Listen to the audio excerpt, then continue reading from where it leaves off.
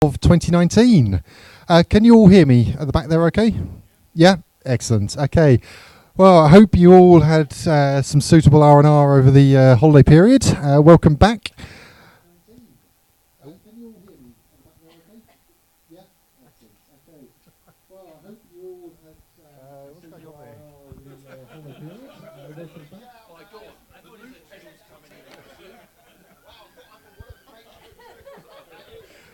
Can you all hear me out there?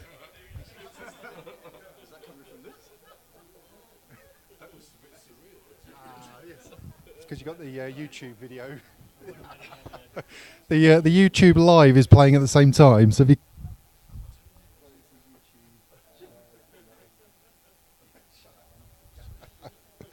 magic. Yes, welcome to those of you out on the live stream. Just going to quickly run through a few bits of housekeeping before we get started. The format for this evening will consist of two speakers. The first speaker is actually going to be slightly different. We're going to have a bit of a workshop-y style session. Can I just ask your mobile phones are on silent, just out of respect for the speakers, please. And please do tidy up after yourself. You're welcome to have drinks and food, etc. around here, but there are bins and so on towards the back there. Wi-Fi is available if you need it. We do have a live demonstration this evening as well, so what can possibly go wrong? So please do pause your Dropbox or Google Drive, etc. Just out of interest, who's here for the first time this evening? Oh, welcome. Thank you all for joining us. Seem to have a little poll in the middle here of people. Thank you for joining us. If you do have any questions, if you're not sure what's going on, you want to know anything, then do have a chat with one of us, one of the hosts. It's myself, Dan. We've got Diane sitting over here. We have got Gary. Where's Gary? At the back there with the camera. If you would prefer that you aren't visible in the photos that Gary's taking this evening, then probably better sitting away from the main centre here. And Paul, right at the back there. So if you do have any questions, do come and have a chat with one of the four of us. We're always looking for feedback, ideas, ways to help develop and improve upon this event. Before we get started, I just want to say a quick thanks to our sponsors for this evening. Plesk, the power to simplify, build, secure and run your web apps and websites. Plesk are simplifying the life of sysadmins and SMBs. Web hosting crafted with care. SiteGround provide hosting services crafted for top speed with 24/7 expert support. Digital experience platform built for growth. WP Engine. We've got some of the WP Engine team here this evening. I believe we've got one that's travelled all the way from Oz. Welcome. Weglot, the WordPress multilingual plugin. Weglot, translate and display your website in multiple languages. I just want to say a special thank you to Weglot. They've confirmed they're going to sponsor us for the remainder of 2019 as well. So do please give all of these sponsors. You'll see over here we've got their Twitter handles. We'd really appreciate a thank you to all of them. Because without them we wouldn't be having the pizza, the drinks and the venue. Speaking of which, Yoti, the new digital identity platform. Verify the identity of your website users and let them log in using biometrics. Yoti are the venue sponsor. They give us a home, and I'm really, really happy to say that they've offered to support us throughout 2019 as well. So please do give them a big thank you. The team are really, really supportive and help enable us have this event. So the fact that we're here for the next 12 months is a huge positive. It means that we can really focus on the content for the event. Just want to say a big thank you to our supporters as well. Blue 37, a strategic thinking digital team of experts with a creative edge, and Paul's Smart Web Design, marketing and consultancy for businesses who seek growth through digital. So, on to tonight. Our speakers. As I mentioned at the start, we've got a slightly different format this evening. Diane, sitting just here, is going to be giving us a workshop, a mini workshop this evening, which is something I don't believe we've tried before. I think it's actually the first time. So, wish her luck. Diane is going to be running a mini workshop focusing on the idea of public speaking and how public speaking can benefit you within your business and give back to the community. And Mark will be, Mark, where are you? It's right back there. Excellent. Mark will be giving us a live demo, as I say, what can go wrong, with using Gatsby to display WordPress data. So looking forward to seeing that. Before we go on to our speakers, though, just want to offer an opportunity for our community announcements. This is an opportunity, if you're aware of anything that's going on in and around the space within the WordPress community, maybe the wider PHP, open source communities, it's just an opportunity to stick your hand up, let us know what's going on. Maybe you're looking to hire, so it's really just an open opportunity for you. If you're aware of anything, please feel free to stick your hand up. Graham. WordCamp Bristol. WordCamp Bristol, very. May. It's in May, and they've put an application for speakers out already. The last time it was run was 2017. It was a great event. It's over 2 days, and I'm not sure if there's a contributor day this year. It's a different venue this year, something to do with the university. But Bristol is a great city. It's not difficult to get to from London, and it's just a great weekend, you know, with friends and some great talks. Excellent, thank you. Excellent. Has anybody not been to a WordCamp before? Anybody not familiar with a WordCamp? Not been? Not familiar? Okay. We'll go into a little bit more detail in a moment, actually, about WordCamps and what it's all about. But yes, they're events that run throughout the UK, globally. Sorry. Anybody else got any announcements? There's WP Hooked on the 12th. It's a developer-focused. WP Hooked, yes. So WP Hooked will be the 12th of February. Another London-based WordPress meetup with a developer focus. It's the Doggett. Yes, the Doggett is the venue. Graham. I also have heard that provisionally, and it is provisionally, that WordCamp Brighton is the 16th, 17th and 18th of August this year. Excellent, thank you. Anybody else? Yes. So I'm just switching from being a freelancer to setting up my own agency, which I've done before, and I'm looking for freelancers to get in contact that are web developers, marketers and designers. The domain name is imaginecreativity.co.uk. Thanks. Thank you. Anybody else? Yes. Hi everyone. Just a reminder, WordPress 5.1 is coming in February. It's quite a big change because it's actually 2 years worth of things that have been fixed because Gutenberg blocked everything. There's a lot of big changes, particularly to multi-site. There's a new table being added to the core. Just go away and test it, please. Excellent, thank you. Do we have a release date on that? No. No. Beta 3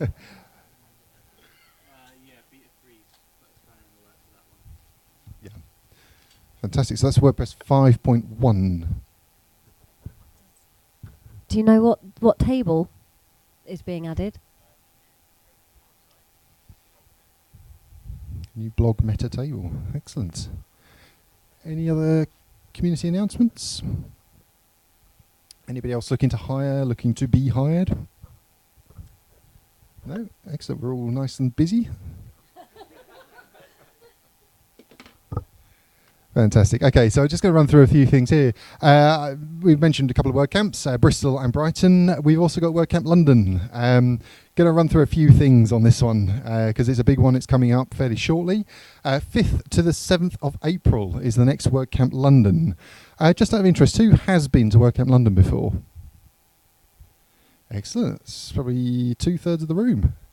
Well, we have all of our calls open now. So call for sponsors is open. Sponsorship packages start from as little as £250. So if you're looking to support this event, WordCamps are community-focused events. They're run and managed by the community, by a team of volunteers.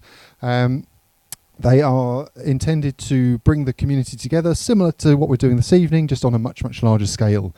We are releasing 600 tickets for WordCamp London currently. So it'd be good to see if we can get those numbers up a bit more. We've got a capacity, I think, 750 for this year. So if you are interested in getting your brand in front of a community of WordPress developers, designers, users, business owners, then this call for sponsors is a good opportunity. Call for speakers is also open. The call for speakers is going to be a bit of a focus this evening with Diane's workshop shortly.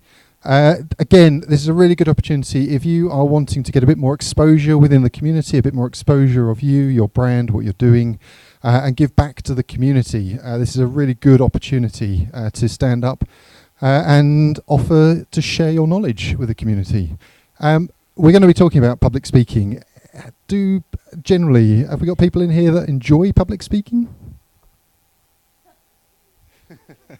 I think we got more shakes of the heads than nods. It is, from my personal experience, it felt quite scary, but actually once you get in and start doing it, I found it can be quite enjoyable. So looking forward to Diane's workshop and advice on that. Just the call for speakers, we have quite a wide range. In fact, we don't have a defined list of topics. We do have some suggestions within our call for topics. So do take a look at the website, 2019.london.wordcamp.org, and you'll find a load of details on there about the subjects that we're talking about. For example, we've got accessibility, data management, developer focus, Gutenberg, life and achievements within WordPress. The list does go on. So if you're looking to share, then do visit the site and submit the application. Call for volunteers. This one opened up this week. So as I mentioned, WordCamp, all WordCamps are managed, supported by volunteers, and we do need a fairly sizable team of volunteers to run WordCamp London. So if you're interested in getting yourself a free ticket for the entire event, then do head over again to 2019.london.wordcamp.org. You'll find all the information on there about the teams. We're looking for volunteers for the registration, for the happiness bar, for room monitoring, for timekeeping, mic running, green room. The list goes on. There's a lot of roles and responsibilities that we need to cover with the volunteers. So again, if you're interested, do head onto the site and take a look. And of course, tickets are now on sale. So we'd love to see you there. We've got tickets for what is effectively a 3-day conference. We have the contributor day on the Friday. We have a full day on the Saturday and a full day on the Sunday. You get with your ticket lunch. You get dinner on the Saturday. You get an after party. You get loads of swag. You get lots of good educational content. You get to meet the community. All for the measly price of £40. You can't really go wrong for that price. So please, we'd love to see you there. If just out of interest, who is planning on being at WordCamp London? Excellent. So most of the room. Fantastic. Well, as I say, if you are looking to join us, the volunteers are a great way to get involved. Get your speaking applications in. If you want to get some coverage from your business, head over for the sponsors application. Okay, moving on. A lot of the management of WordCamp London, as well as other WordCamps across the UK and other meetups, is managed on the WP Slack team. If you head over to wpslack.uk, drop your email address in there, you'll get an invite into the UK community Slack team. There's a little over 1,000 people in there. Loads of conversation, loads of stuff going on about WordPress and our UK community.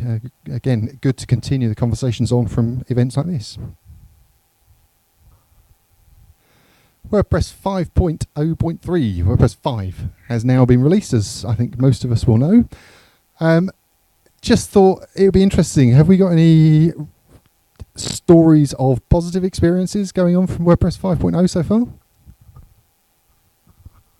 Yes, so at the moment we're actually moving. We had a page builder with lots of shortcodes, and we're actually using Gutenberg to wrestle the site away from from the page builder and the bazillion shortcodes. So for us, it's been really useful because all the developers where I work have been desperate to get rid of this page builder, and it means that we can preserve the content, you know, kind of, and then slowly move people away from like these dreaded shortcodes that we're kind of stuck with for the time being. So it's been a really useful tool for us to getting rid of this page builder.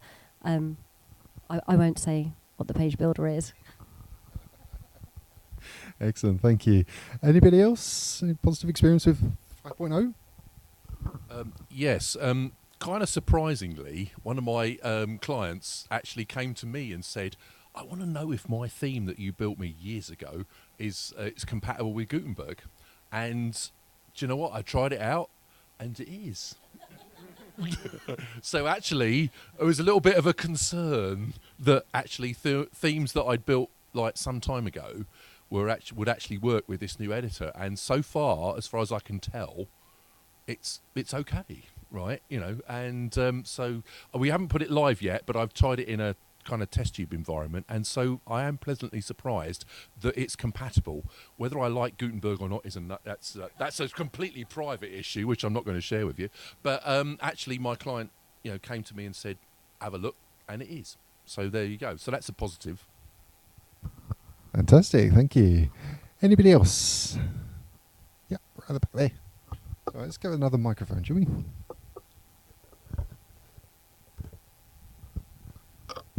Hey there. So I run a lot of my personal sites using Gutenberg, and to be honest, ever since it's been released, I can't go back. I keep trying to use the classic editor again, and I honestly can't use it. Gutenberg has just been such a massive improvement, and I just love everything they've done. And for the looks of it, they just keep improving it. So I'm really looking forward to WordPress 5.1, and I absolutely love Gutenberg. Fantastic, excellent. It's good to hear these positive stories. Gary, you can pass the microphone across. Yeah, not so positive from me, I'm afraid. I said positive stories. I mean, you've got to do. I've got to get out a lot of editorial content on the site, and lots of pictures, lots of parliamentary debates, and sort of things like that. I haven't yet understood the problem that it was trying to solve from a point of view of getting editorial content out. Excellent. Okay. Fantastic. Any other? I have a little bit of negative, just. Anybody else? Any other comments?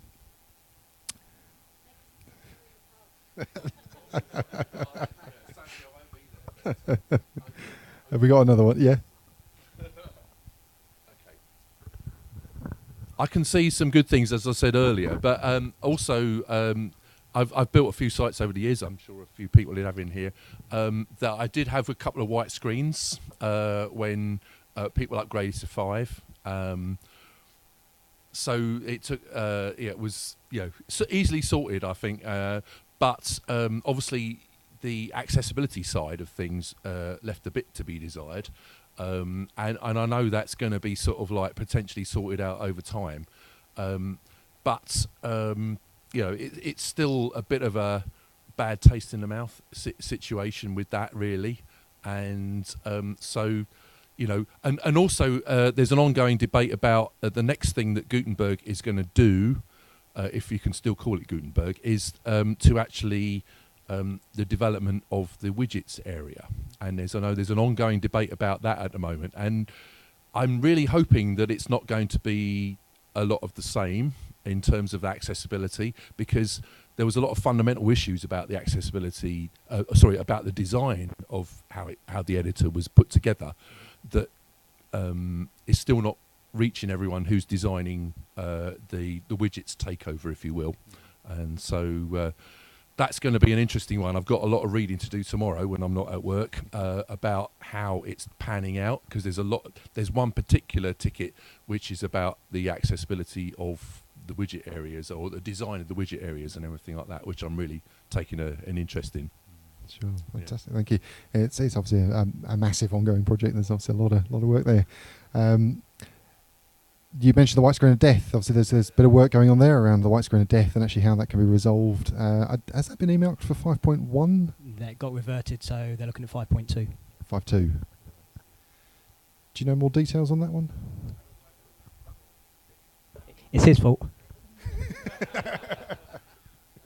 You're welcome. So there were some major security concerns around the white screen of death protection. For those that people don't know, basically instead of seeing a white screen when your WordPress errors out, what it was going to do was show you a nice error message to say it's broken, go and fix it, and it also had some mechanism to put plugins on pause basically, so that you can log in and either deactivate the plugin or update it or do whatever you need to do with it. But there was some security concerns around malicious code, like triggering an error in a different plugin and disabling other plugins. So you could go in, pretend the error was in, let's say, a login protection plugin or WooCommerce or whatever, and disabling parts of your site that didn't intend to. And yeah, that's obviously a massive problem. So we're working on the 5.2 release because we really want to make sure that 32% of the web and we get it right. Excellent, thank you. Anybody else? Any more comments? Anything else for the community? No? Okay. I just want to quickly mention WP&Up. WP&Up is a charity that supports and promotes positive mental health within the WordPress community. It's enabling us to run events such as this. We now run them throughout the UK every single week. As I say, WP&Up is a registered charity that is being funded and supported by the community. I just want to say a huge thank you to a couple of companies in particular right now. WPMU Dev have made a sizable donation to WP&Up that really have enabled us to move forward and start delivering professional mental health services to and within the WordPress community. If you're not familiar with WPMU Dev, the team offers a range of plugins, services, CDN, web hosting, all within a fixed monthly fee. They've recently released or updated their Smush plugin, for example, to 3.0, or their Smush plugin is an image optimization plugin, which will deliver specific sized images to your WordPress install. So if you upload, for example, a 1080 pixel wide image and actually your WordPress install needed an 800 pixel wide, it will resize and create a new image at 800 pixels wide. It's just one of the many plugins that these guys offer. So I just want to say a big thank you to them. And I also want to say a big thank you to Green Geeks. Green Geeks are fast, scalable and eco-friendly hosting. On their website, they've got stated for every ampage they pull from the grid, they invest 3 times that from their renewable. They invest 3 times that in from their renewable sources. These guys again have enabled us and have delivered a sizable donation that are, as I say, allowing WP&Up to move forward and start delivering services for us, the community. So if you are affected or if you know of anybody that is impacted from a mental health perspective, then please do head over to wpnup.org. wpnup.org. You'll find contact information, various ways to get in touch with us. I'm very happy to announce that as of next week, WP&Up has its first employee, which is huge, having delivered. Having run for a little over 12 months now, delivering over 3,500 hours of support into the community, the donations that have been made by these companies so far are enabling us to start delivering a more professional service.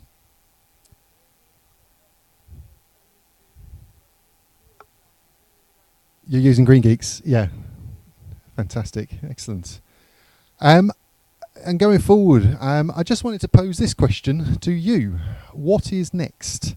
WPLDN, we've been running now for over 10 years. We've kind of fitted into a fairly familiar format. I just wanted to offer it out to you. Do you want to see something different? Do you want to see something change? What would you like to have within our community? We have the ability now to start developing more, to do more with our events. So just wanted to offer it out. If anybody has any thoughts, ideas, do you want to see more workshops, for example? We shall get a taste this evening.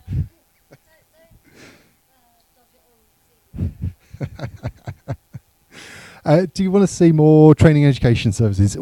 I just really wanted to put it out to you. If you have any thoughts, any ideas, either now or at some point over the evening, then we'd love to hear from you.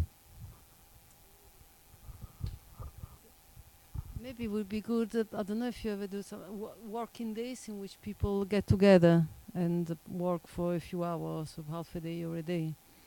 Those are usually quite nice. We do them with Drupal. Yeah. So some co-working days. Yeah. Okay. Excellent. We've got quite a few heads nodding there, so that sounds like a really good idea. Thank you. Anybody else? Any other thoughts? No? Okay. Well, as I say, if you do have any ideas, any thoughts, then do let one of us. Di. I was thinking along the same sort of lines, like maybe a spike, like where we choose a topic and kind of all like work together and research together and exchange ideas and stuff. I love these ideas. Thank you. Sorry. Just a bit of a change of format of talks, so maybe like lightning talks. So because I keep meaning to do a talk for this, but finding the time, like a week to carve off a 45-minute presentation is very difficult when I'm trying to do WordPress core work at my own time. But I could probably do a 10-minute presentation, because not everyone's got a 45-minute presentation in them. So it'll allow more people to speak, and especially freelancers haven't got a ton of time. It would mean you have more speakers. Excellent, thank you. Great idea. Yes, yeah. I mean, lightning talks always seem to go down well, both with the speakers and the audience. So yeah, fantastic. Thank you. Any other thoughts or ideas? No? Okay. As I say, do come and have a chat with one of us, say myself, Diane, Gary, or Paul, and just let us know. Okay, on to tonight, on to our speaker. Going to introduce you to Diane Wallace, as well as being a co-organiser for WPLDN and previously on the WordCamp London team. Diane is a freelance WordPress. Yeah, not anymore. No, I'll just stop there. Sorry, my fault. I have to update my bio. Sorry, Dan. Yeah, so former freelancer, now currently employed full-time by BrightTalk. So. I will give you an updated bio before the next. Slightly distracted by the surprise workshop. Excellent, thank you. If we give Diane a big round of applause while we get the laptop set up.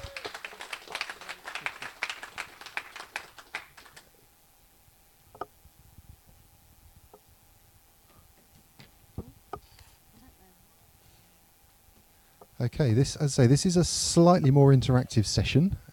So I believe there is paper and pens. Did the pens go over the back there?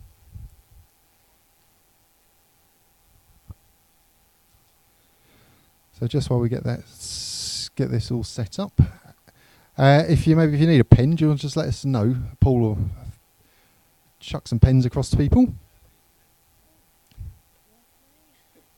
Oh. What's the Wi-Fi?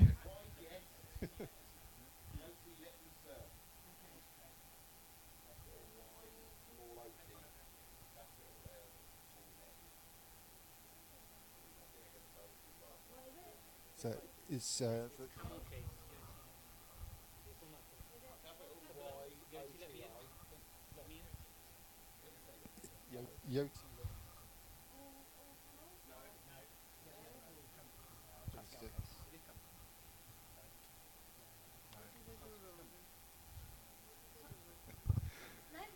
yes. Excellent. So we got a nice smooth transition as usual.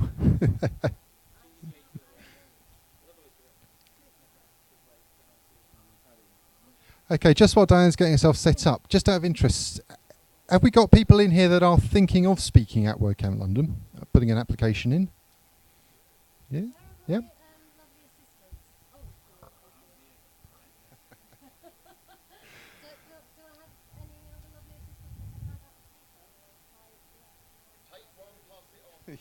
Yes. Thank you.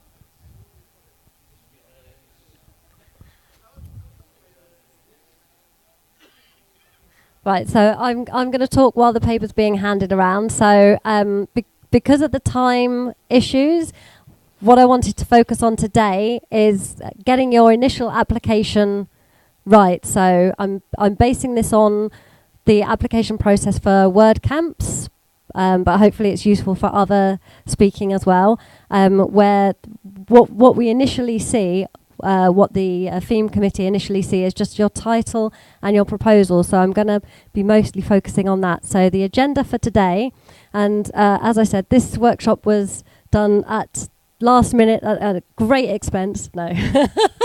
So it might be a little rough at the edges. The agenda for today is, first of all, I'm going to go through some of the reasons why you may be thinking that you can't speak, and basically, hopefully, dispelling those myths. Then we're going to be looking at finding a topic, writing a pitch, and then finally speakers' tips. And if there's time, maybe some of you will present your proposal, your title and your pitch. I just want to say as well that this workshop is a very, very condensed version of the speaker outreach team's workshop. But don't blame them for anything that's wrong, because I've had to cut it down. And anyway, we'll see how we get on. Right, first of all, dispelling the myths. So before we start, I think with the exception of maybe Graham and Mick, I think everybody feels at least some of these before they speak, no matter how many times you speak. I think everybody... So these are some of the reasons why people think they can't speak. I'm not an expert. The thing is that everybody in this room knows something that nobody else knows, or that the majority of people don't know. So people will ask questions that I can't answer and I'll look like a fool. If you don't know a question, if you don't know an answer to a question, that doesn't mean that you don't know what you're talking about. It's just one question, and people understand that. So don't think that nobody knows everything about every single subject. I'm too nervous to speak. Every time before I speak, I just think, why did I say I would do this? Then it's not so bad when you're doing it, and then afterwards it's wonderful. So, like I said, apart from Graham and Mick, everybody is nervous before they speak. So,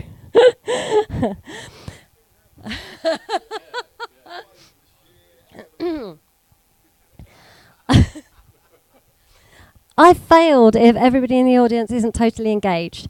It's a subjective thing, and the topic you're talking about might enthrall almost everyone, but it might not be of interest, especially if you're talking about development.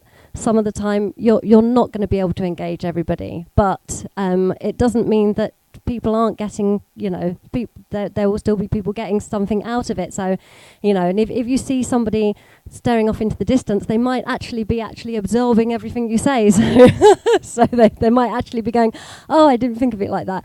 But if you don't engage everybody in the room, but you engage like 25% of the room, that's still a huge amount of people that you've engaged.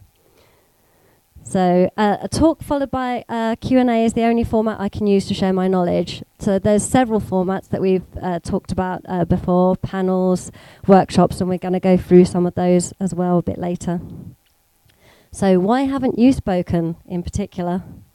So I won't ask you all individually because I don't know if we've got time, but I'm guessing that... kind of that most of the things that you're worried about are the things that I've just talked about. And you may... has anyone actually talked once and then just never talked again? Okay. So the only reason I was asking is because I don't think that usually happens. I think usually if you talk once... it is kind of quite rewarding. So I think it would be very unusual to never talk again. So I'm glad that's not actually happened to anyone. But those of you that are sitting there thinking, I will never speak at an event like this or at WordCamp, I'd like to go through some of the reasons why you should speak. So, and these are the reasons why. You could be as Dan said, you can promote yourself or your business or your ideas or, a plugin that you've developed. So there's that kind of promoting yourself, kind of raising your stock in your community. There's sharing your knowledge with others, building your confidence. The more you speak, the more easy it becomes. Not tonight, obviously, because I had no time to prepare, but usually. Giving back to the community. That's a great one for WordPress because we're all involved in the open source community, and it's one of the driving things that keeps this community going. And speaking is one of the ways that you can give back. Meeting people at a meetup like this, meeting people travelling. You know, you might travel to Bristol, for example. I won't go through all of these, actually. It's fun. That's I might not make it look like it's fun, but it is. So, and here are some of the talk formats. So, a how-to, that is kind of more like a traditional talk, but you might be talking about how you did something, how you did a plugin. There's like a discussion where maybe the whole room has a topic and you discuss.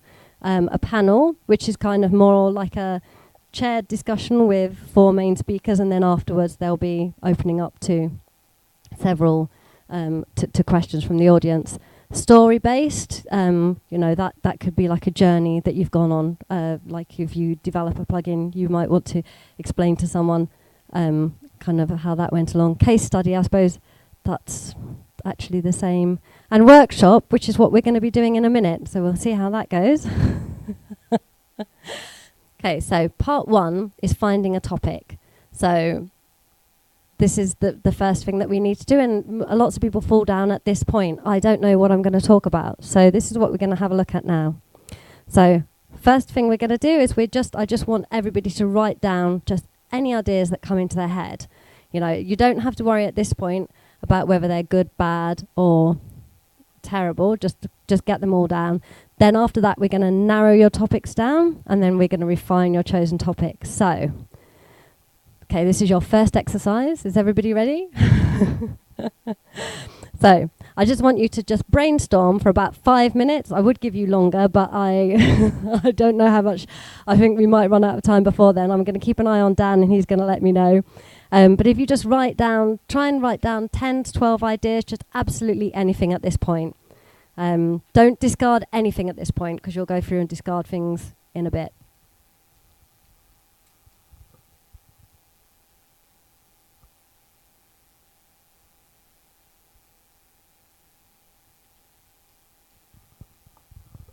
So for those of you at home as well, please do join in and write down your ideas.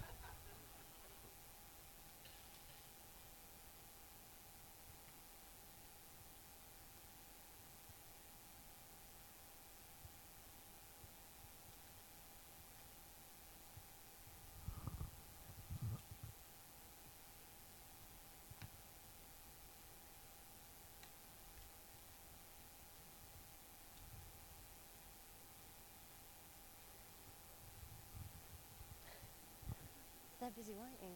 They're all writing.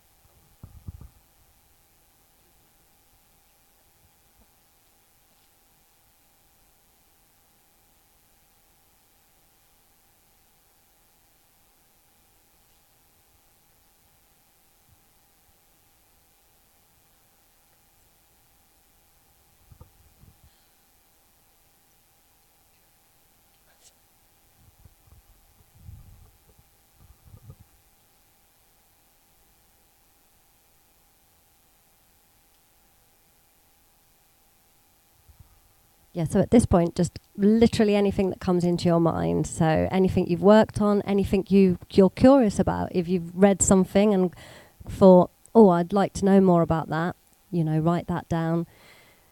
You know, it doesn't necessarily at this point have to be anything you know anything about, but something you might be interested in. So just write everything down.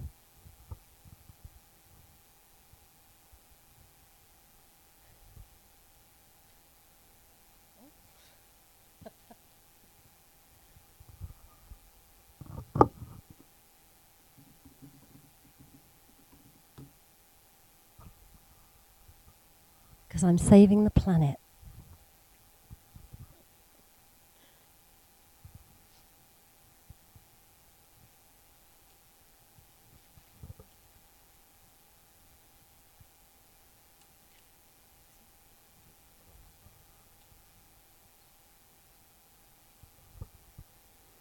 So big gestures if it's 5 minutes at the back, because I haven't got my glasses on, so. Okay, brilliant.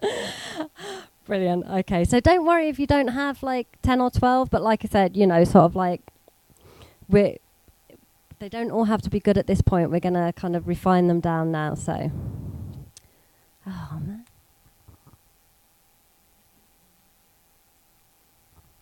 Technical issues.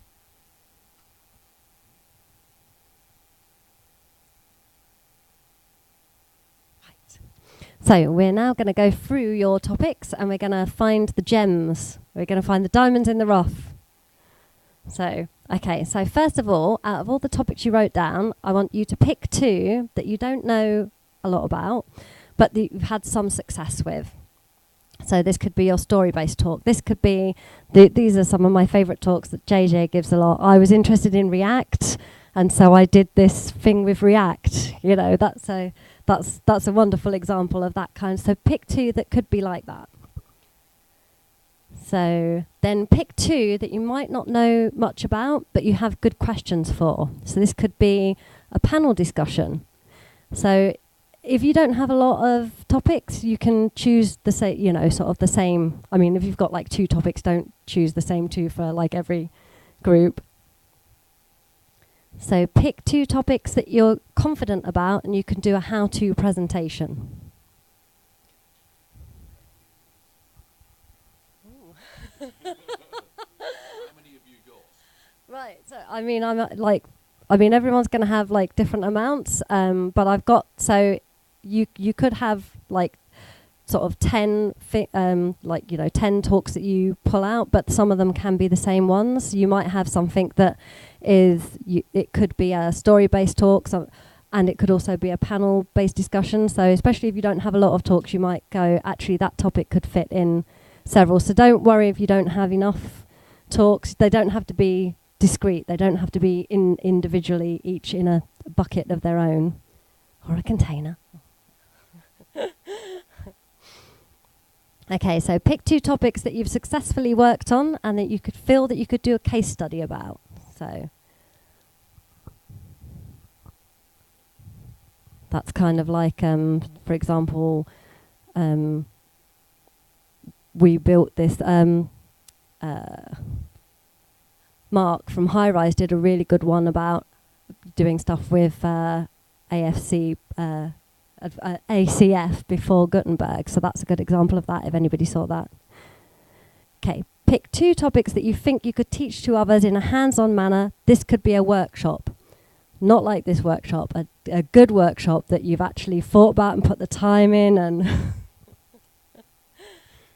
And then finally, pick 2 topics in the list that are your favourites. And that could be any of the topics that are also in other groups, just topics that you just really love, that you would really enjoy talking about. Cool. Everybody gone through their topics? This was just really to make you think about those topics. So the whole exercise there was to be able to take these initial ideas and see how you can refine them, find out whether any of the ideas that you just brainstormed could actually become a talk. So now you're going to pick one of those, the one that you really feel like you could really do a good talk about. So hopefully everybody has one that's jumping out at them that you kind of go, actually, yeah, that would be really... people would be really interested in, and I'd really enjoy doing that. So everybody got one. I can see lots of confident faces.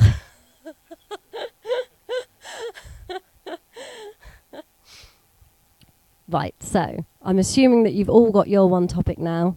And has everybody got enough paper at this point?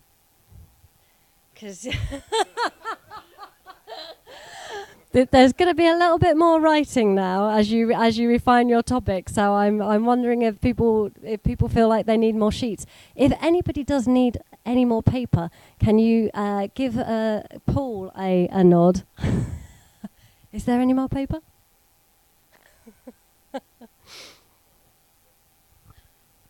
Right, okay, so I'm moving on, but if anybody does need more paper, please do let us know.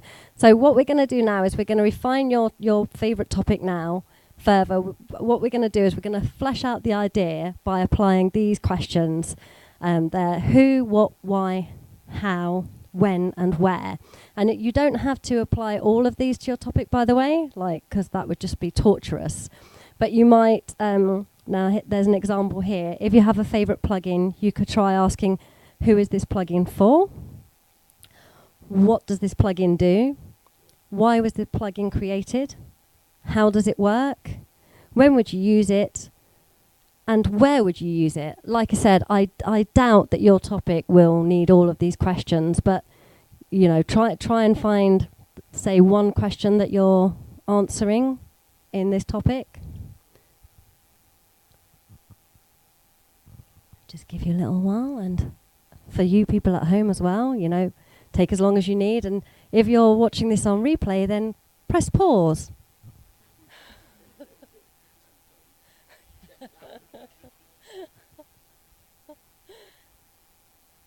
So everybody good? Everybody starting to get your topic fleshed out? You can really see a sort of a polishing now of your rough diamond, hopefully. I can tell lots of confidence in this room.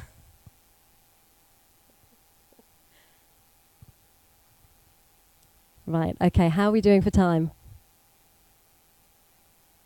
Okay, cool. So now we're going to look at writing your pitch. Now you have your topics. I'm guessing everybody has their topic. Is there anyone that needs a little bit longer?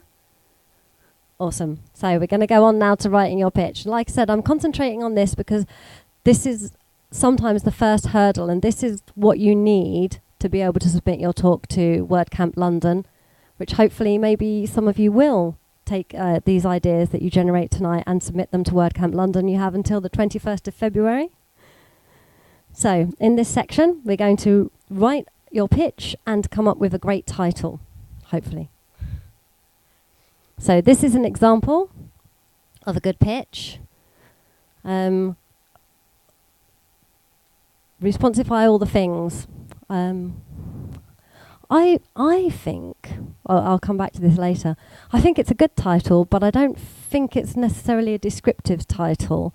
So I would maybe try and actually make the title mean more to the person that's, if you're like going to WordCamp London and you're like looking at a list, the first thing you see is the title. It's a great title, but I don't know if it necessarily tells people what you're actually going to do. But actually, I mean, if you know about responsive web design, then you can probably guess what that means. But this is a great pitch. It's engaging. In our new web multiverse, it's more important than ever to make your value content available to all users, regardless of how they access your site. In this talk, we'll cover responsive web design. How responsive web design came about, the latest RWD news and trends, and some basic and not so basic techniques you can use to make your next WordPress theme a responsive one, intended for developers and designers who aren't afraid to get their hands dirty with a little code. What's great about this is it tells you what the talk is going to be, it tells you who it's aimed at, and it gives you a clue as to what's actually going to happen. This obviously has, this is aimed at both developers and designers, or, people that do both.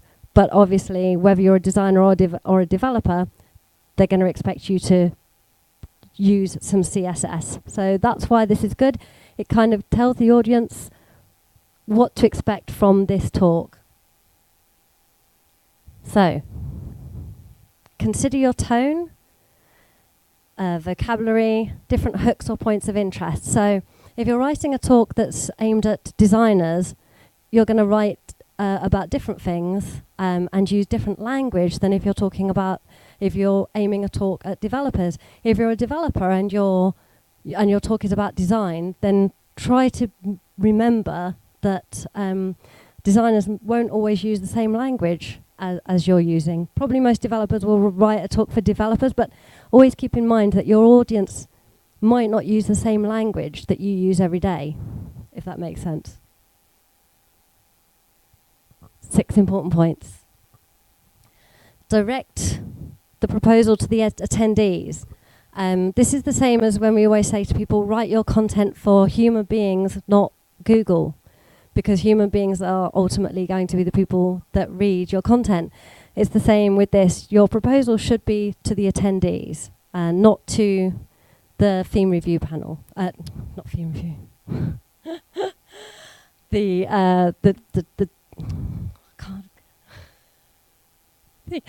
the organisers that are going to be selecting the talks for your WordCamp or whatever. Okay, be specific about the focus your talk will have. Pose the question your talk will answer. So if you're saying, why should we all use Gutenberg?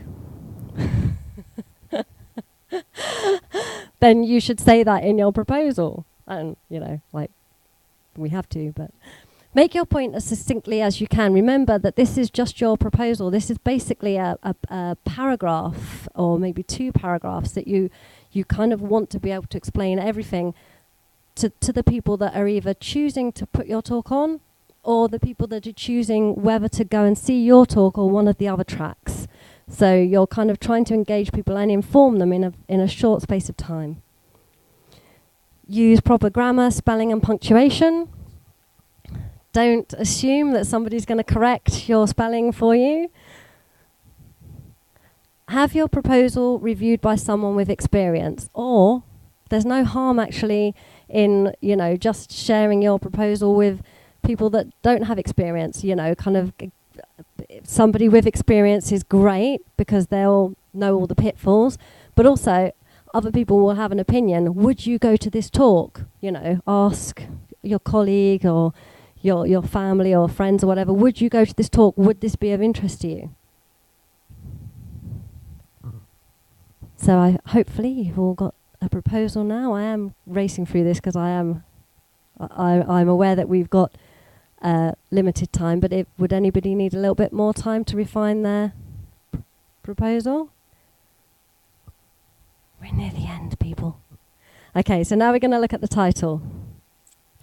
So, great title, catchy but explanatory. So, like I said, you kind of really want people, the first thing they're going to see is the title. And if it's in the web page with a list of other talks, you know, it's going to be the big thing that people see first, and it's going to be the thing that tells them, you know, do they read what's underneath or click through or whatever. So, beware of too clever titles. This is something I always do. I've always, like recently we had a spike on Gutenberg at work, and we called it Gutenberg Day, so I decided to call my presentation Guten Tag. So that's kind of quite fun, quite funny, you know, but actually doesn't actually... Gutenberg Day, Guten Tag. So, yeah, so don't do that, like... Yeah, exactly. So don't be too clever. You kind of really want to be explaining to people in the title what they're going to see, and a title that can stand alone. Just, you know, think of if your title is separated from your proposal, like it's in a list of titles. These are, you know, it could be, for all you know, it could just be like a menu with a list of talks. So think in terms of that. Could your title actually explain to people what they're going to see even without your proposal? Okay, so I didn't realise that was the only slide in that section, so I'm going to pause there and let you think about your titles. And you people there at home as well.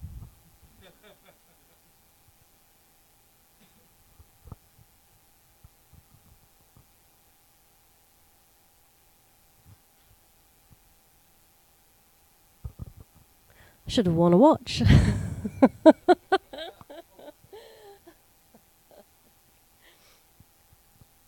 Okay, how are we with our titles? Does anybody need more time? Cool. Excellent. Right, so I'm just going to quickly give some tips now on, you know, on how to become a better speaker. These are just some little kind of advice, really. So practice speaking. So in front of the mirror, in front of your friends, small groups. You can, you know, practice your talk once you've written it, like with anyone that will stop and listen to you. You can video record yourself. That's actually quite a good idea, because then you can watch yourself back, which is always horrible. time yourself, because otherwise you'll be doing what I'm doing tonight, where I keep looking at Dan and going, why didn't I wear my glasses? I'm asking him what the time is and I have no idea. Big hand gestures. And then practice at smaller meetups. If you're doing a talk at WordCamp London, then try and say meetups are always looking for people to speak. So if you, instead of talking straight away at a huge WordCamp with 600 people, maybe 200 people in your track or whatever, come to a nice manageable group of 60 people and do your talk there. And also, Mick said a very useful thing is just to completely just all day, every day, just practice your talk over and over as you're making tea, in the shower, as you're walking from room to room.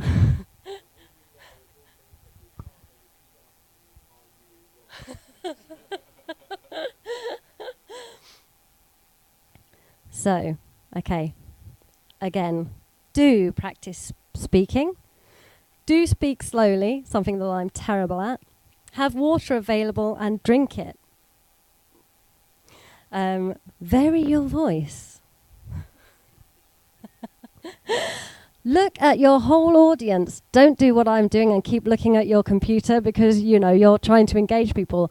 As I said, this was a surprise workshop for me, so make sure the audience can hear you. Can you hear me at the back? Keep your hands above your waist.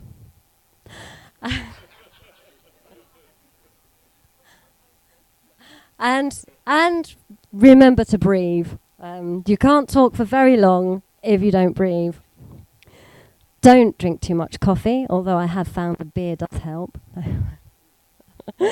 Don't turn away from the audience. Don't use filler words like which I do a lot.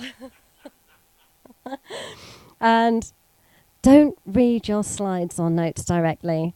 As you can see, it's quite annoying to see somebody who keeps looking down and going, what the hell am I doing next? But like I said, this was done at last minute and at great expense. So I think I've actually finished before time.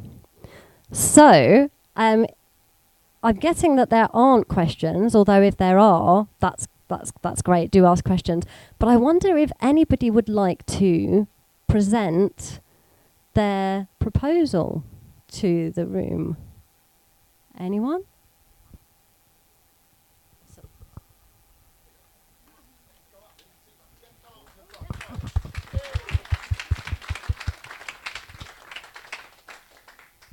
Hello everyone, I'm from WP Engine, so it's probably a little bit different to what you guys are used to, but I'm doing it from a sort of more sales perspective. So I don't actually have any tech experience whatsoever. I actually went to university and studied English literature with creative writing.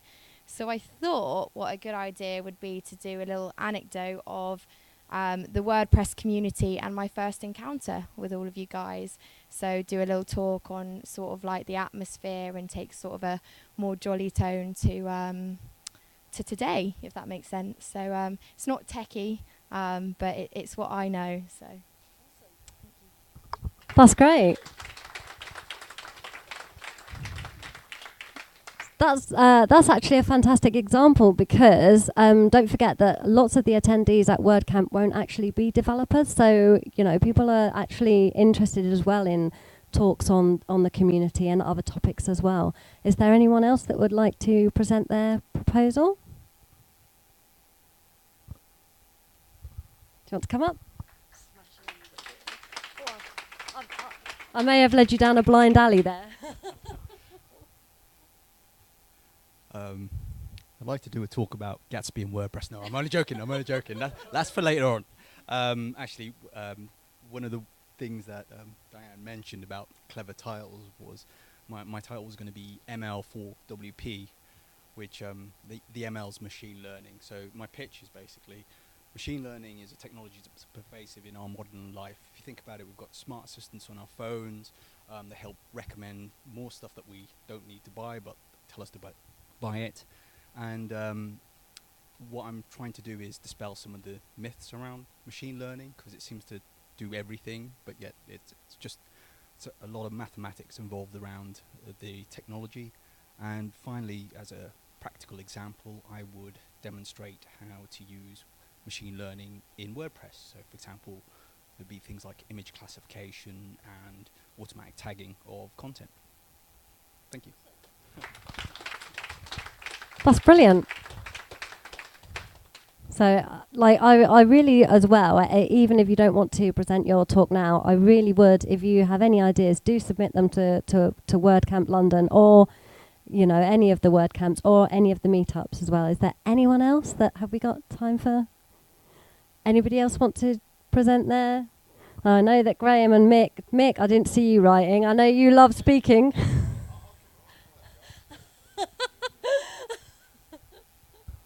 Anyone that's seen any of my talks at any of these before know that I start off with a jovial, fun talk that eventually gets to a point where I scare everyone in the room. And I think I wanted to do that again.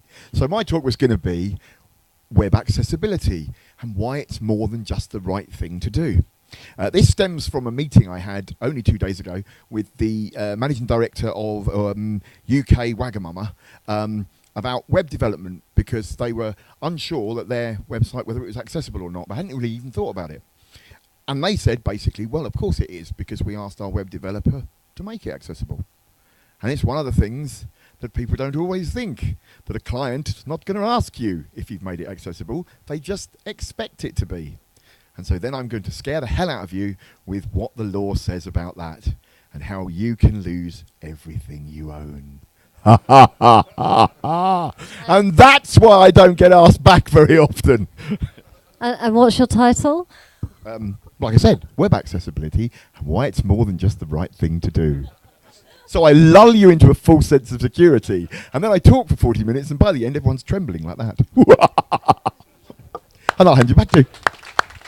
Thank you. That's excellent. And I expect to see you submitting that talk, definitely.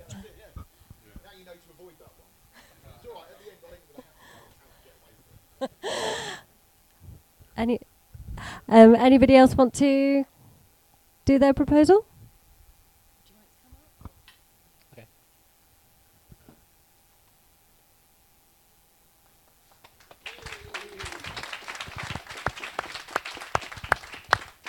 So I skipped a couple of the steps. I just had loads of ideas.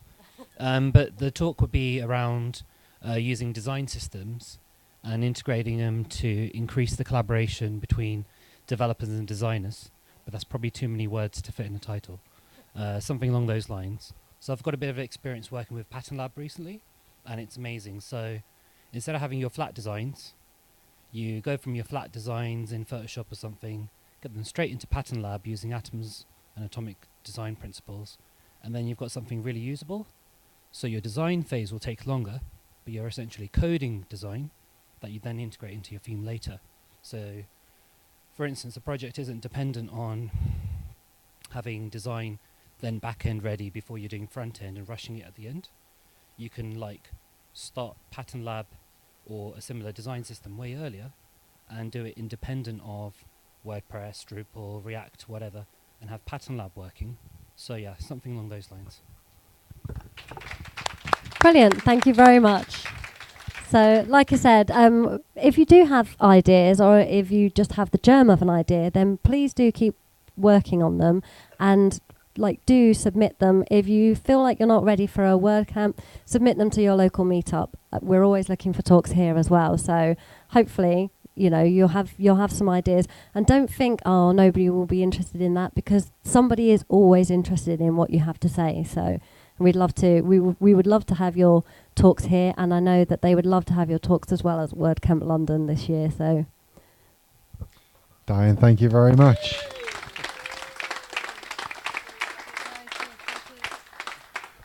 I just want to say a very special thank you to Diane, actually, because that was dropped on you 2 days ago. So, and you couldn't tell. Yeah, that was very good. Thank you. A lot of really good stuff coming out of that. And I expect to be hearing all of those proposals that we just heard into the WordCamp London, because we'd love to hear each one of those proposals that we've just heard would be relevant, would be right for WordCamp London. So do please submit them. Right now, we're going to take a quick break. There may be some pizza left, some drinks, some swag. Do please take a look. Feel free to take the swag home. And then we're going to come back in about 5 minutes for our second and final speaker of the night. Thank you.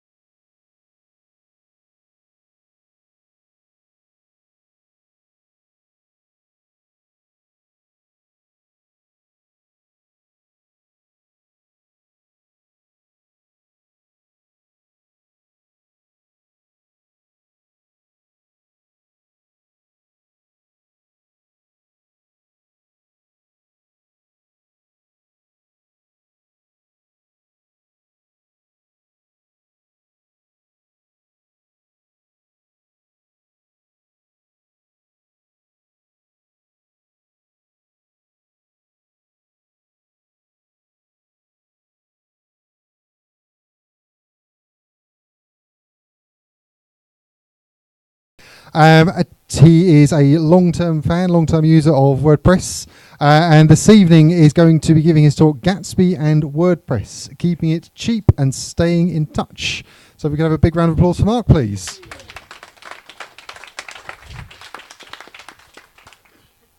Right, can everyone hear me? Yep, great, okay. So just a quick caveat. I was planning on doing a live coding demo, but I didn't factor in that there was going to be a handheld mic. I was expecting to just have hands-free, so which makes that really difficult. So I'm going to cheat slightly, and what I'm going to do is go through a series of checkpoints and just go through the code as and when we get to that part there. Hopefully that might actually speed up the talk, because I'm actually going to set a timer, because I will use up the full 30 minutes. Right, so, okay.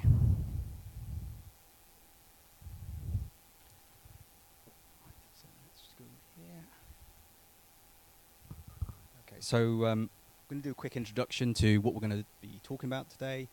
Ignore the live coding now. It's going to be slightly slightly not so live coding, and then we'll do a summary at the end of what we've learned. So, who's this aimed at? So, it's probably aimed at front-end developers. If you use React, you probably get quite excited about this. You're also possibly someone who's looking for ways to sell WordPress to people who maybe aren't normally, WordPress customers. And also, possibly you're curious as well. You just want to find out, what's this Gatsby technology that everyone's been talking about? So what we're actually going to be doing, I should have actually moved that on there. Yep, I've covered those, good. Right, so what are we going to do? So we're basically going to take a WordPress.com blog, and we're going to take the content and we're going to feed that into a separate site using Gatsby. So here's your WordPress.com blog, and this is going to be the end result. As you can see, just a quick flick, those should match some of the titles. A long form post in there, and it's got an excerpt in this index page. So why are we doing this? Well, for me, it was to learn about Gatsby. It's a buzzword. I wanted to find out what was all the fuss about. I've used WordPress for long enough that it's my go-to source for experiments. Also, I like saving money. Hence the dollar signs there. And then for you, hopefully, if you are people who are selling WordPress to potential clients, this could be another avenue for you, a way for you to show, look, if you want our content, but maybe you don't want to host WordPress, why not give this a go? So hopefully I'll be able to persuade you on, or show you how to sell. So what is Gatsby? This is kind of a flow diagram of what's happening, but essentially what you can think of, Gatsby is a static site generator. If you're not familiar with static site generators, what they do is you write the content, you build it, and then it turns it into static HTML pages. And if you contrast that to WordPress, the difference between there is you have a database server, you have web server. When you write content, it's delivered dynamically. It's there on demand. Whereas with static site generators, you have to build everything, then publish it afterwards. There is one benefit of doing the static site generator. It's because you're only dealing with HTML, you make incredibly fast websites. Whereas if you're using WordPress, as you'll probably know, if you want a really fast WordPress site, you need to think about what web server you've chosen, the type of optimizations you might have done with PHP, and of course, database tuning. So Gatsby is based on the Jamstack. If you've never heard the term before, that stands for, just go here, JavaScript, APIs, and Markup. So if you compare and contrast that to WordPress, which is usually called LAMP or LEMP, which is the Linux, Apache, Nginx, MySQL, PHP stack, it's a slightly different approach to creating sites. Sorry. Right. All right. So I should probably caveat this now. I only just started messing around with this presentation thing, presentation software. Unfortunately, I can't zoom in. I haven't worked out how to make the font any bigger, so I apologize for this. This is one of those tips that it doesn't work. You ready? Yeah. Maybe it will. Maybe it will. No, there you go. See, it's just not even ignoring it completely. There you go. This is probably one of the things on Diane's checklist. Don't play around with presentation software the night before. So, okay. So just a quick background about what Gatsby's built around is React and GraphQL. React, hopefully you've heard of it. It's a very fast JavaScript language by Facebook. And I did say React, didn't I? And GraphQL is, the best way I could describe it is SQL for APIs. Both of these have been created by Facebook, and it's no surprise that both of them are very fast, which in turn makes Gatsby very fast. And we don't do that bit yet. Right, okay, so let's, I'm just going to put the mic down for a moment while I get prayer.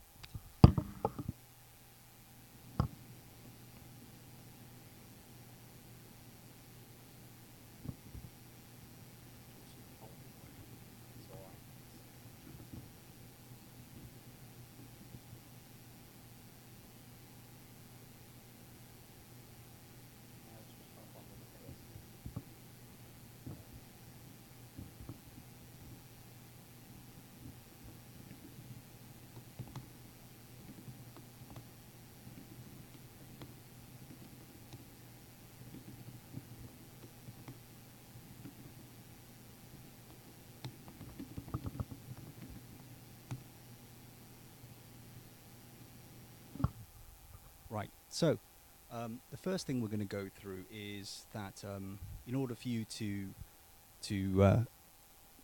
set up a Gatsby site, you have to install the CLI, and you can get hold of the CLI through the Gatsby website. All of the links are going to be available at the end, so in case you wanted to take those down.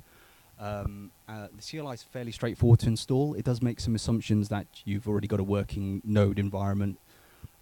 If you've never done one of those, I can point you to this link here.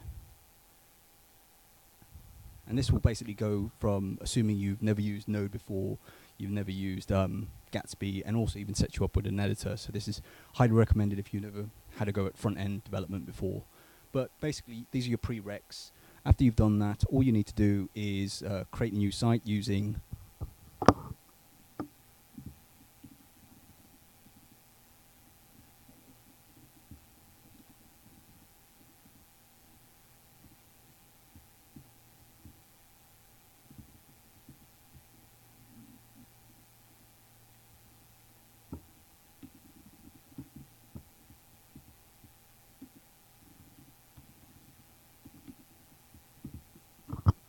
sorry, that took a bit longer to type in there, but basically you use the CLI, you do new and the name of the Gatsby site that you want to create. That takes over 2 minutes, so I'm not going to run that. So I'm going to do in Blue Peter fashion. Here's one we prepared earlier.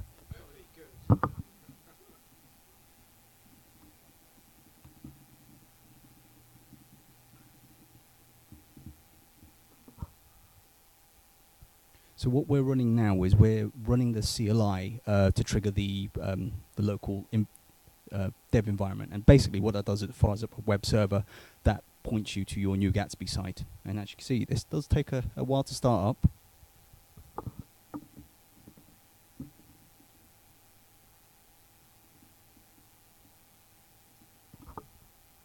You can ignore that. That's what you're going to see at the end. But let's just wait until the Gatsby's started up. Right. There you go. I should find out at some point, why does it take so long to do that startup?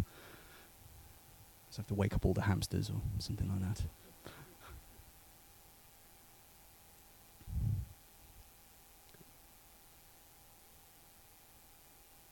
Right. Slightly worrying. I'm getting some errors I'm not expecting. Yeah, this is it, you know. And I haven't been burnt so far. It's time to get burnt. Yeah. Right. So basically what's happening at the moment is WordPress is looking at all your, Gatsby is looking at your code, and we'll go through some of the breakdown of the code. But essentially what happens is you have a series of markup, you have some React JavaScript to describe what the page looks like. And in addition to that, the GraphQL contains the data that you want to pull down, and then you work against those data sources there.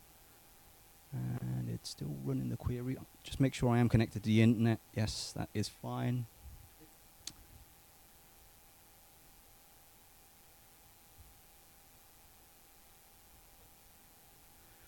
I'm about to switch to my video mode in a moment because this is going horribly wrong. Right.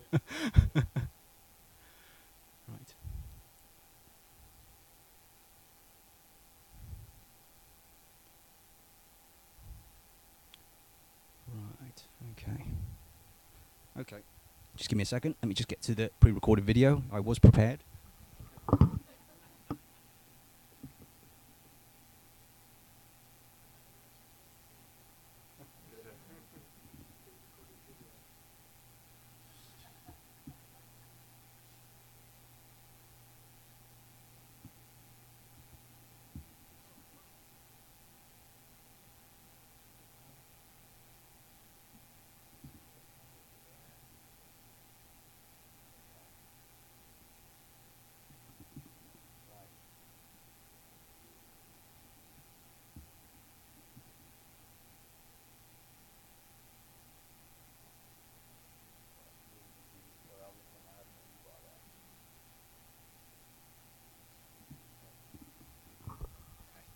So I'll see if I can give a running commentary.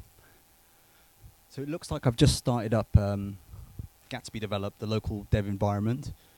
Let's see what else I'm going to do next. I'm still talking. There you go. Oh, and this is me proving this is what happens when you create a new website, because, you know, to show you that there's no magic there. It just basically just takes a really long time.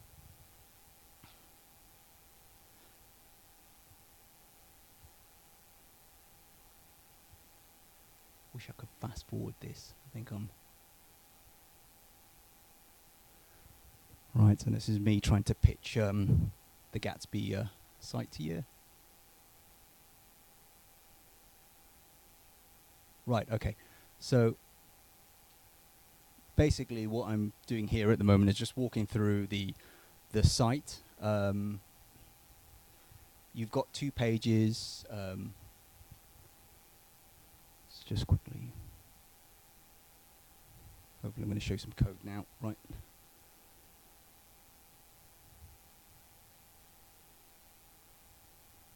Right.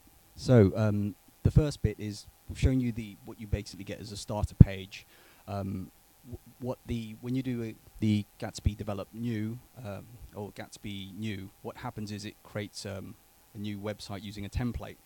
In Gatsby parlance, this is called a starter page. From what I last checked, I think there were about 80 different starter pages, loads of different blog templates. It's quite a nice design to say, but it's also quite fast as well. The next bit that I'm going through now is I think I've just installed the plugin.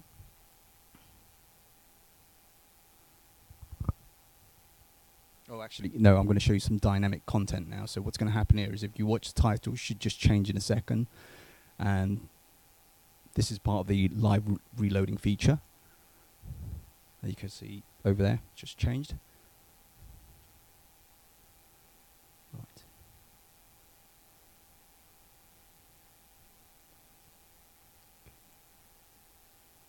Right, so I'm going to skip that bit there. Hang on, let's just see if Gatsby's up and running now. Oh, where is it?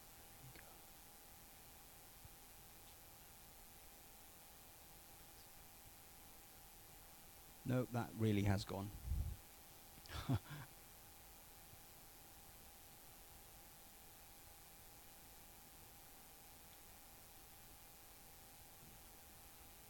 so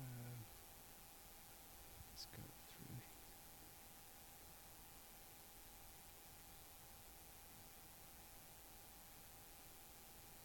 Okay.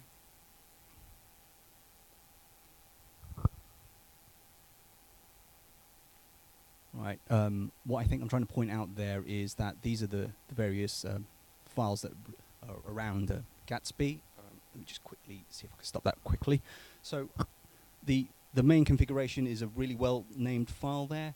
The other three respond to Gatsby APIs, browser being things that you want to happen at the time when the browser has loaded. Node corresponds to content creation, and then SSR is server-side rendering, which we don't use in this demo.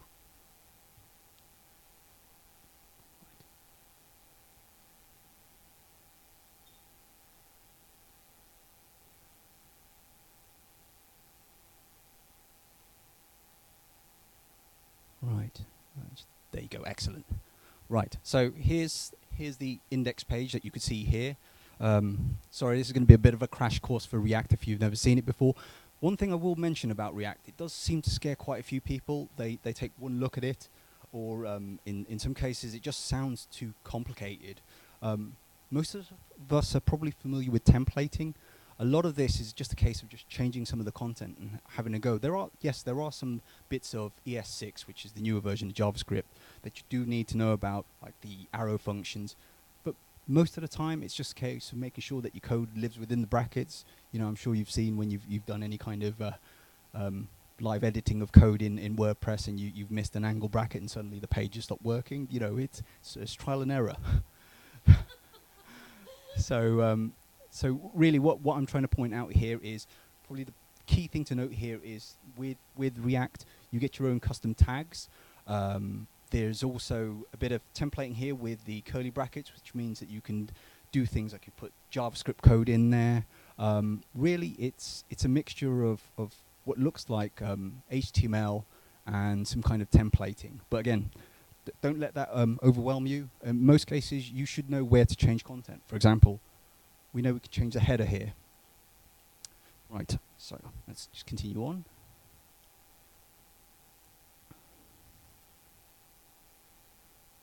I think I'm going to do another example of dynamic reloading there, just because, you know, make sure you missed it the last time.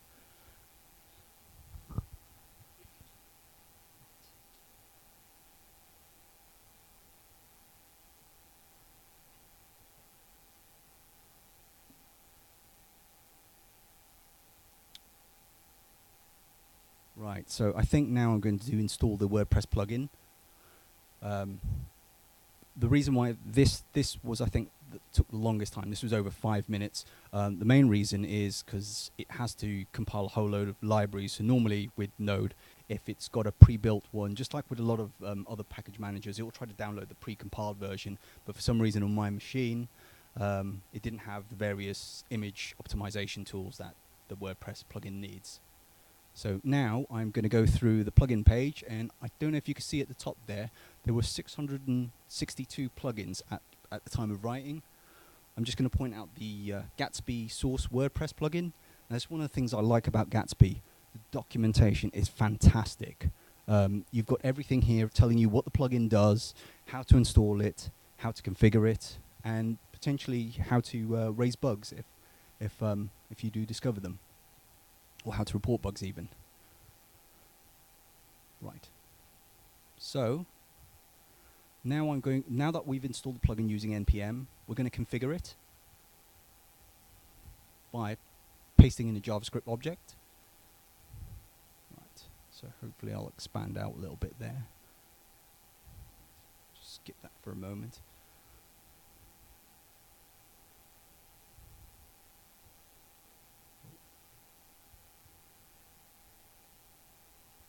Right. So the things I want to point out here with the configuring the plugin is probably the first note is that we're using a Node module called process-env, and basically what that means is it's going to get the value for all these configurable parameters through environmental variables. So these are basically they're variables that, for example, a really good example that works on most OSs. There's a variable called path used by Windows, used by DOS. Think of these environmental variables like WordPress URL and all these other ones as the same kind of thing. Now, why are we doing this? Why are we storing these environmental variables rather than putting the secrets, the logins?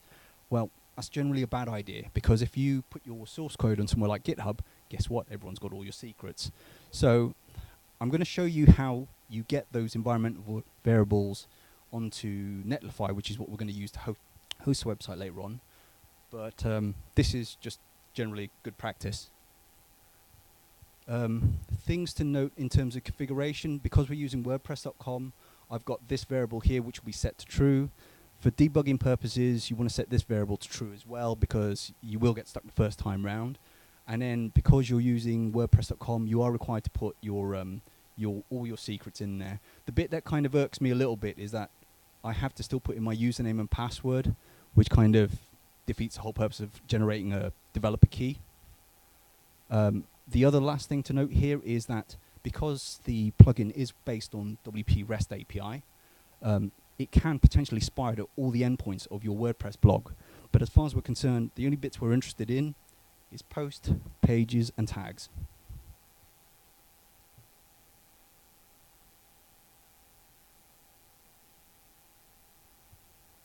Right, worked out to go twice the speed now. Just hopefully help out a little bit.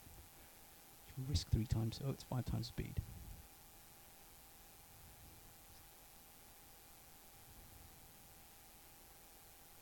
Right, okay, so here's how we're going to develop. If you've never done a developer key before, this is just basically the walkthrough. So what you do is you fill out your, this doesn't actually have to exist. This is just basically you're giving access to anyone who wants to access any of your blogs that would be stored on WordPress.com.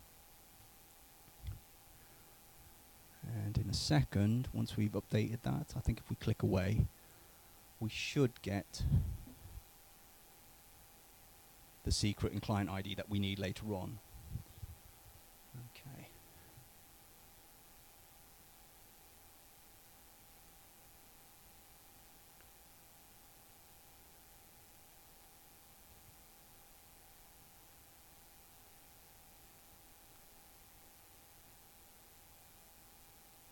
Right, okay, we're going to start Gatsby again. So one of the catches of making any kind of configurations changes, you do have to restart Gatsby. So probably if you've got really fast disk, this will probably make this a little bit quicker. So we'll just get that started again.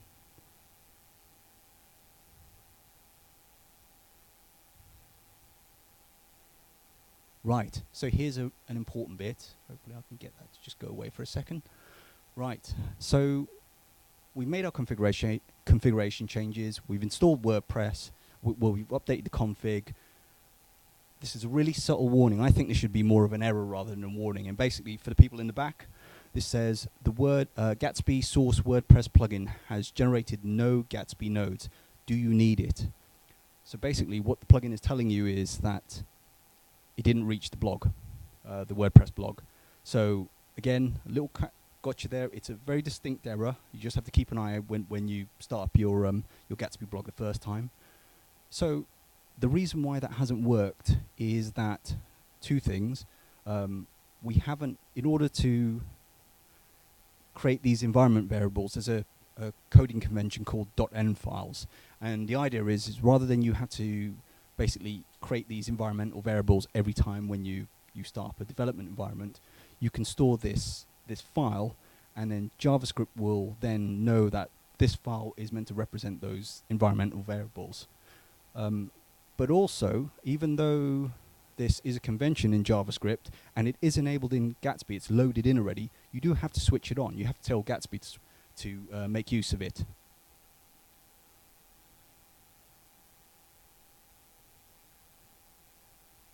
Right, skip through that. Probably will demonstrate the .env in a bit. There you go. So don't worry, I'll be cycling those later on. What I've just done is I've just catted the contents of the .env file. Really important thing. This is one of those things where, remember we talked about not uploading your secrets to the internet? By default on the Gatsby ignore, the .ignore file for GitHub, it does have this file on there, but it's good practice to just make sure that whenever you do a new GitHub project and you've got the .gitignore file, to make sure that it does have this file there to exclude this, because otherwise you've just basically done the same thing as storing your passwords in your config. So hopefully you can see there's a correlation now between those the WordPress password. There's WordPress password there, and that's one part of the configuration.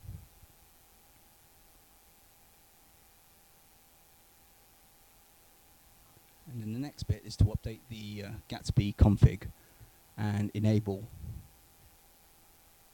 There you go. It's just literally a single line there. Just copy it. You don't really need to understand how that works. Okay. And hopefully this time round, we'll actually get something working. Yep, we did. Right. So the things I'm trying to point out here at the moment is you can see it has fetched from those various endpoints 2 posts, 2 pages, 2 tags, and that probably works out. I think there's a long form post and the short form post. The other one that you just saw, there was a bit of a glitch, so just so you can ignore that.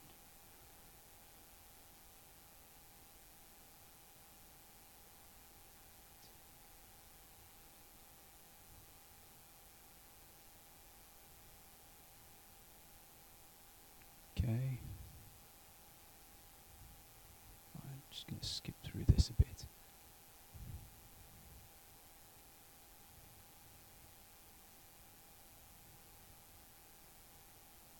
Right. Just going to pause that in a moment. Oh. Right. So, one of the preferred ways of developing new content using Gatsby is to use the GraphQL Explorer that comes built in as part of. So if you've got import 8000, you have the Gatsby site. You also have another GraphQL Explorer under, I think that's 3 underscores GraphQL.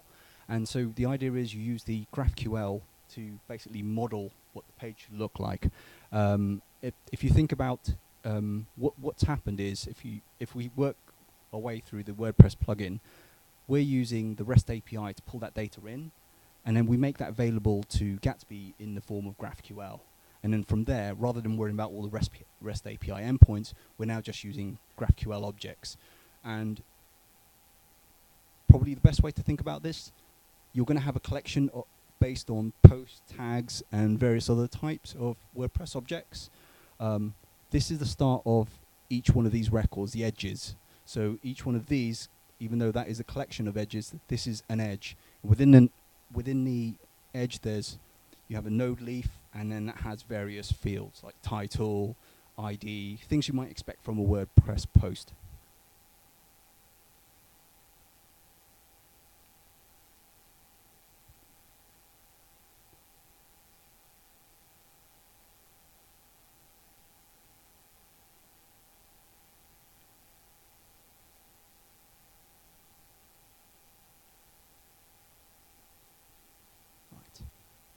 So now that we've kind of proved 2 different ways, we could see that we pulled some posts and pages from the WordPress plugin. We'd also, by the virtue of being able to interrogate this object here, the all WordPress post, we also know that we're getting some of that content there. You can see some of the titles in there. Let's create some Gatsby pages. So we open up the Gatsby Node API. There are quite a few APIs here, but the main overarching API is called Create Pages. There's a variation on that GraphQL query that we saw. In this case, the only 2 things that we're really interested in is the WordPress ID and the slug.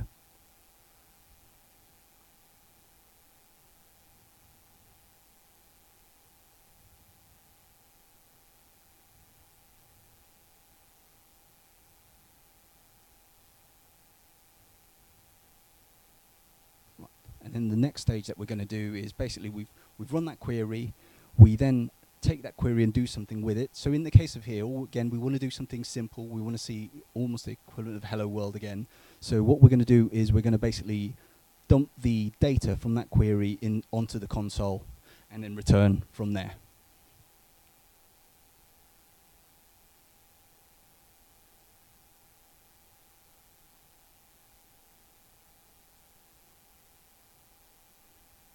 Right.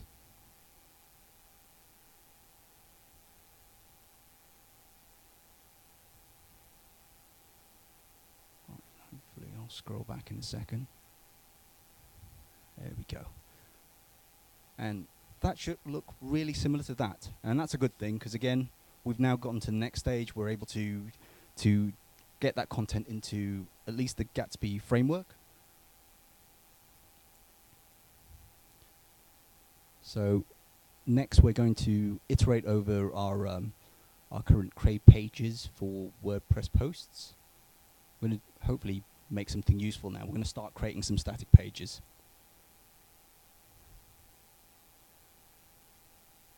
Right. Just going to go quickly back there. Ooh. Right, let me see if I can get it. There you go. Right. Okay, so first things first. Previously, we just dumped the contents of the console there. This time, we're going to do a little bit of error handling.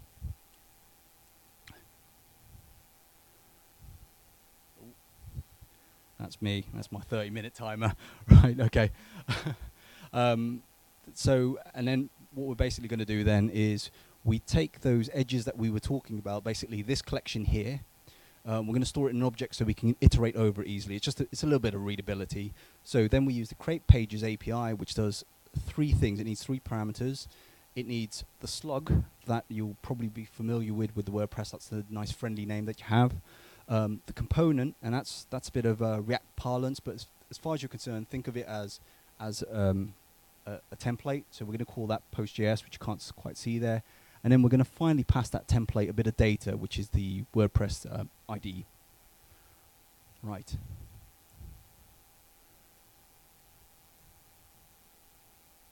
So probably what I'll do is I'll do one quick demo just to show you the aspect of we've uploaded the Gatsby site using Netlify, and what we're trying to do is we're going to have a kind of a continuous delivery of our WordPress content. So what I'm going to show you there is we're going to use webhooks to do that. Hopefully that live demo should work, but you never know. Not like everything else has worked. Okay. Yes. I wish I thought about it earlier. Right. Okay. There we go. Right.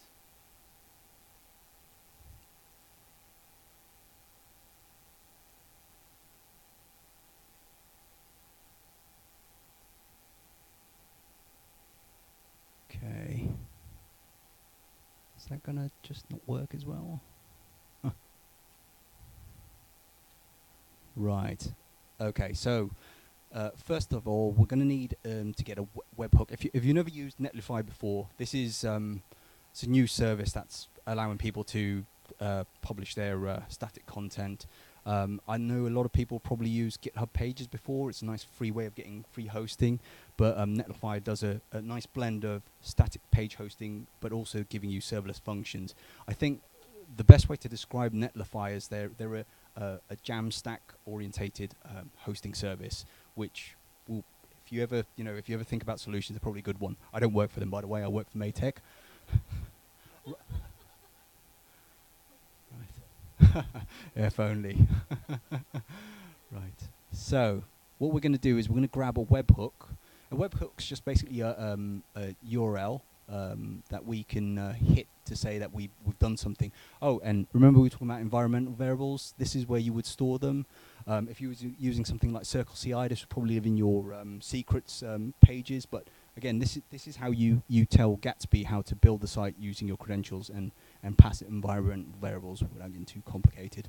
So here's a webhook I created earlier, but they are really straightforward. You just give it a name and it gives you a URL afterwards. So let's grab that one there.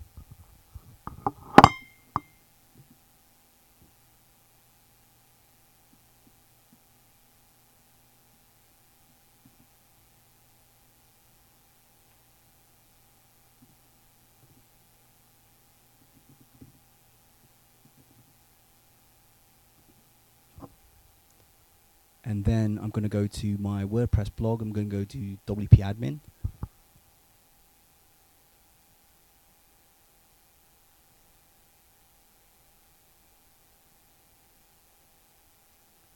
I'm going to add the webhook that we just created. So what we're interested in is we want to ping this webhook when we publish a post.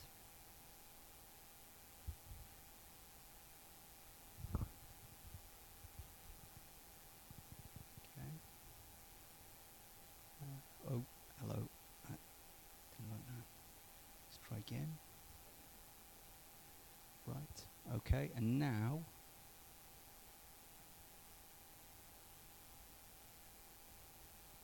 Let's create a post.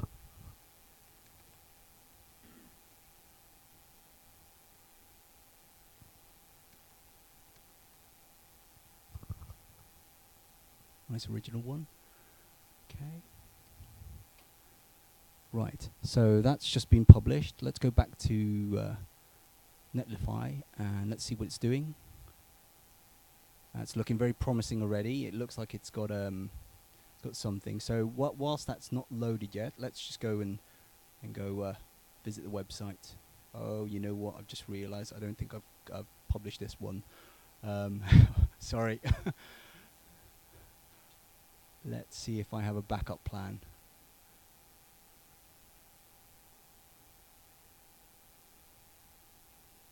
Right, I think this one's a complete version.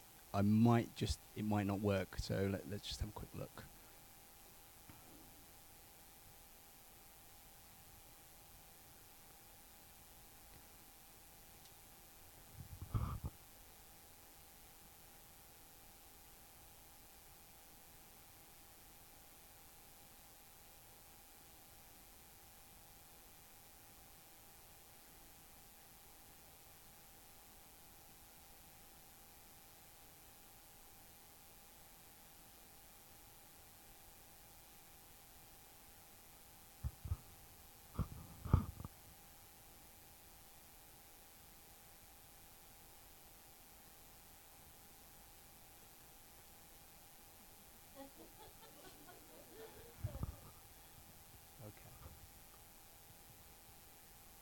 And I think if I now look at this one, hopefully this is also deploying.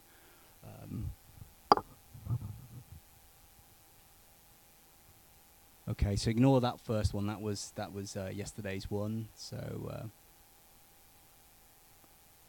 just quickly go through here. Right. So what I'm going to try to do is whilst that's going, I'm just going to try to wrap up really quickly what we think we might have learned here. Right. So, live demos are dangerous. Don't do them. They can be fun. Sometimes when they work, it's quite a nice way to demonstrate something you're particularly excited about. I was going to say Gatsby was fast, but it appeared to fail me this time round. It's still currently trying to set up the local environment. It is normally easy. I'd recommend you try it in your own time and preferably not in front of an audience.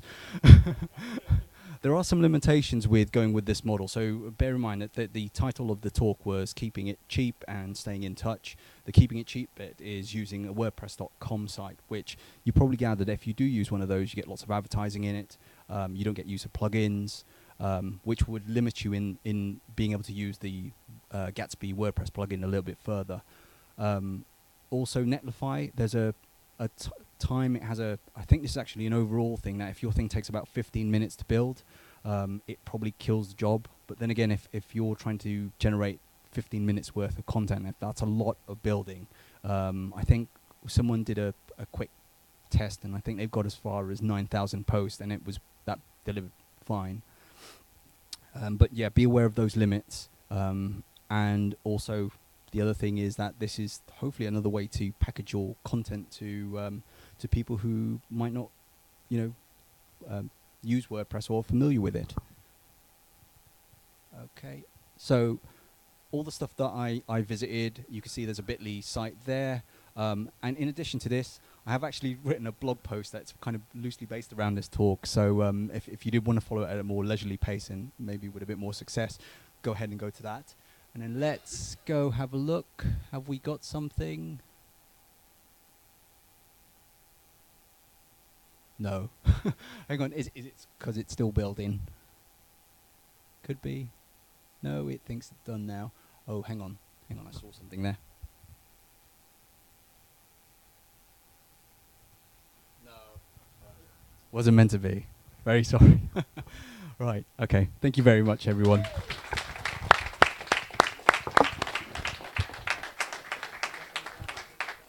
Mark, thank you very much. I appreciate the live demos are always a challenge. I just going to have to wrap up, I'm afraid. We are a little short on time. So I just want to say a huge thank you to Mark. It's a real shame. Have we got the poster there?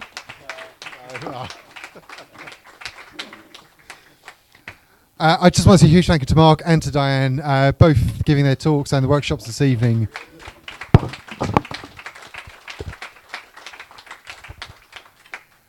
As you can tell, it doesn't always go quite to plan, but it's not a problem. Do feel free, if you are interested in potentially speaking at an event, we'd love to hear from you for both the meetup and the upcoming WordCamp. I'm just going to quickly run through a couple of slides before we wrap up. Maybe not. Yeah, it's all going so well tonight, isn't it? We don't need the slides, that's all right. Okay, so memory's failing me. The next WordPress London event will be the 28th of February, so the last Thursday of the month. We're going to be back here. We are, as Diane has mentioned a couple of times, we are always looking for speakers, always looking for people to come up here and share their knowledge. So if you're interested and we'd love to hear from you. I just want to say a big thank you to our sponsors this evening for helping to enable us to have this event. Thank you to our venue for giving us a home. Thank you to all the volunteers that have enabled us to be here. Giles, thank you, jumping on the live stream for us. We got Diane, Gary, Paul, thank you all for helping us out. We are going to head round to the Cross Keys, which is just not far from here. If you don't know where it is, grab somebody else who does. We're going to have a bit of a social over there, carry on some conversations, have a couple of drinks together. If you are able to, please feel free to come and join us. I think other than that, thank you to all of you for being here this evening and being part of this. We've tried a couple of things slightly different tonight with the workshop and the live demo. As I said at the beginning, we want to hear from you. If you are have ideas, want to see alternative formats, then we'd love to hear from you. WPLDN goodtiming.uk/feedback is the perfect place to give that feedback. You'll be redirected to a Google form, maximum 4 questions. We're not looking for any personal information at all, so really quick and simple to complete. It does help us to shape and form these events going forward. So yes, other than that, thank you all very much. See you all next month. Good night.